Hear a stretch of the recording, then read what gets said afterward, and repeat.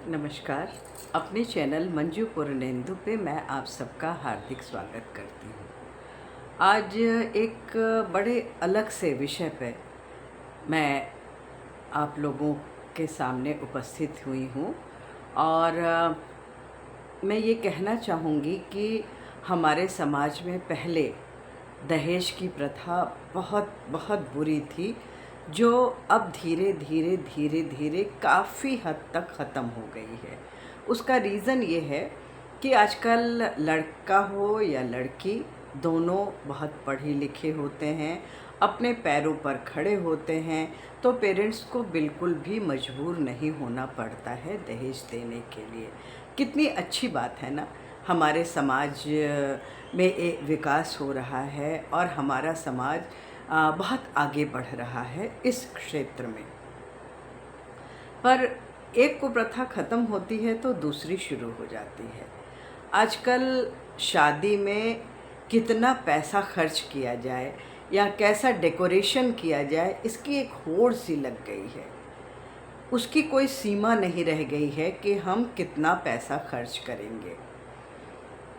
कभी कभी ये होता है, बच्चों का लव मैरिज होता है और बच्चे खुद भी चाहते हैं कि मेरी शादी बहुत शान से हो और दुनिया भर का सारा दिखावा किया जाए उसमें।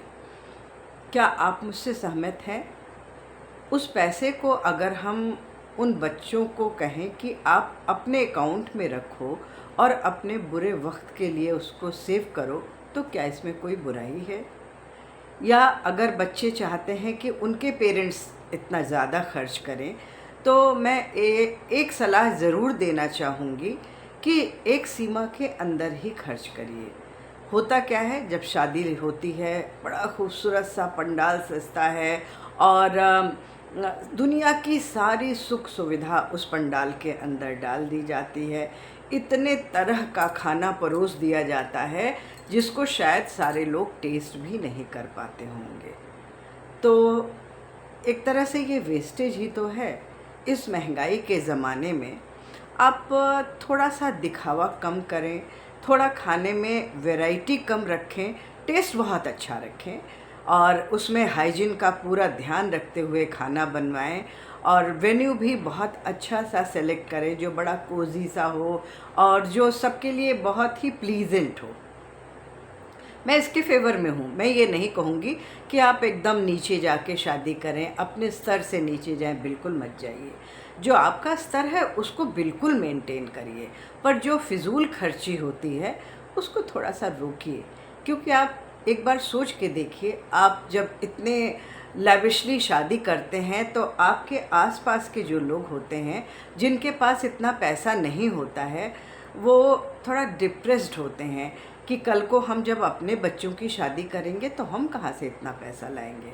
इतना पैसा तो मेरे पास है ही नहीं है और मेरे बच्चों की जॉब भी इतनी बड़ी नहीं है कि वो मुझे हेल्प करेंगे। फिर मैं तो ये कहूँगी, जब आपने एक बच्चे को पैदा किया है तो उसकी शादी करना भी और उसकी पढ़ाई की भी ज़िम्मेदारी आपकी ही है और ये आपकी नैतिक ज़िम्मेदारी है। हाँ, अगर आप सक्षम नहीं हैं तो बात बिल्कुल अलग है, पर मैं तो यह कहूँगी कि शादी करिए, अच्छी करिए, खूब अच्छी करिए। दोनों बच्चे खूब हाईली एजुकेटेड हों, अपने पैरों पर खड़े हों और उनका भविष्य बहुत ही सुनहरा हो, उनके सपने बहुत बड़े हों और वो जीवन में बहुत आगे जाना चाहते हों और एक अपने परिवार के लिए, अपने पेरेंट्स के लिए एक एग्ज़ाम्पल सेट करना चाहते हों। ये तो बहुत अच्छी बात है। पर जो हम लोग फिजूल खर्ची करते हैं ना, इतनी ज़्यादा आतिशबाजी और इतना ज़्यादा डेकोरेशन और इतना ताम झाम और दिखावा, प्लीज़ उसको थोड़ा कम करिए। ये सिर्फ पैसे की बर्बादी है और कुछ नहीं। उस समय क्षणिक आवेश में आके आप सब कुछ कर डालते हैं जो आपकी सीमा से बाहर होता है। कभी कभी इस दिखावे के लिए आप कर्ज भी ले लेते हैं, तो ऐसा कभी भी मत करिए, क्योंकि बच्चों की शादी हो जाएगी, वो अपनी ज़िंदगी में व्यस्त हो जाएंगे, आप कर्ज से दब जाएंगे। ऐसा कभी भी मत करिएगा, क्योंकि आपकी अगर ज़िम्मेदारी ये है कि आप अपने बच्चों को पढ़ाइए लिखाइए, उनको सेटल करिए, तो आपकी एक बहुत बड़ी ज़िम्मेदारी ये है कि अपनी पत्नी और अपने खुद के भविष्य के लिए इतनी सेविंग रखिए कि कल को अगर कोई ज़रूरत होती है, खुदा न खास्ता आप बीमार होते हैं या कोई मेडिकल इमरजेंसी होती है, तो किसी के सामने हाथ ना फैलाना पड़े। इवन बच्चों के सामने भी मैं कहूँगी हाथ ना फैलाना पड़े, क्योंकि देखिए उनके नौकरी की शुरुआत है। हो सकता है उनके पास उतने पैसे ना हो, क्योंकि अभी उन्होंने नया नया काम शुरू किया है, उनके पास कोई सेविंग ही नहीं होगी। और आप जैसा देख रहे हैं कि महंगाई दिन पर दिन बुरी तरह से बढ़ती जा रही है, तो क्या आपको ऐसा नहीं लगता है कि उसके सामने कभी भी मुंह नहीं खोलना चाहिए या हाथ नहीं फैलाना चाहिए? एक स्वाभिमान भी तो होता है ना। मैं तो ये कहूँगी कि आखिरी दम तक आप अपनी सेविंग को इस हिसाब से बनाए रखिए कि आपको किसी के भी सामने हाथ ना फैलाना हो। अभी तक आप जॉब में थे, हर महीने आपकी सैलरी आती थी, अच्छी सैलरी आती थी, उससे आपका सारा खर्च भी चलता था, आप सेविंग भी करते थे और आप अपने बच्चों को पढ़ाना लिखाना, उनकी सारी रिस्पॉन्सिबिलिटीज़ को भी बड़े खुशी खुशी पूरा करते थे। पर अब आप भी रिटायरमेंट के करीब हैं या रिटायर हो गए हैं या होने वाले हैं, तो इतना फिजूल खर्ची मत करिए कि बाद में आपको परेशान होना पड़े। तो मैं सभी से ये निवेदन करने के लिए मैंने ये वीडियो बनाया था कि शादी दो शरीर का, दो आत्मा का और दो मनुष्यों का, एक स्त्री और पुरुष का मिलन होता है।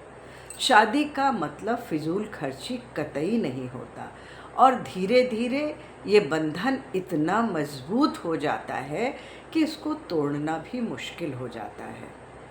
तो फिजूल खर्ची से बचिए, शानदार शादी करिए, पर शानदार अलग क्षेत्र में करिए। दिखावा करके मत करिए, कुछ अलग एग्जाम्पल सेट करिए। मैं तो इतना ही कहूँगी, बाकी आप बहुत समझदार हैं, पर फिर भी कहूँगी कि एक बार मेरी बातों पर गहनता से सोच के देखिएगा, शायद आपको कुछ इसमें से पसंद आ जाए। तो अगर आपको मेरे वीडियोस अच्छे लगते हैं तो प्लीज़ मेरे चैनल को लाइक करिए, सब्सक्राइब करिए, बेल आइकन दबाना बिल्कुल भी मत भूलिएगा।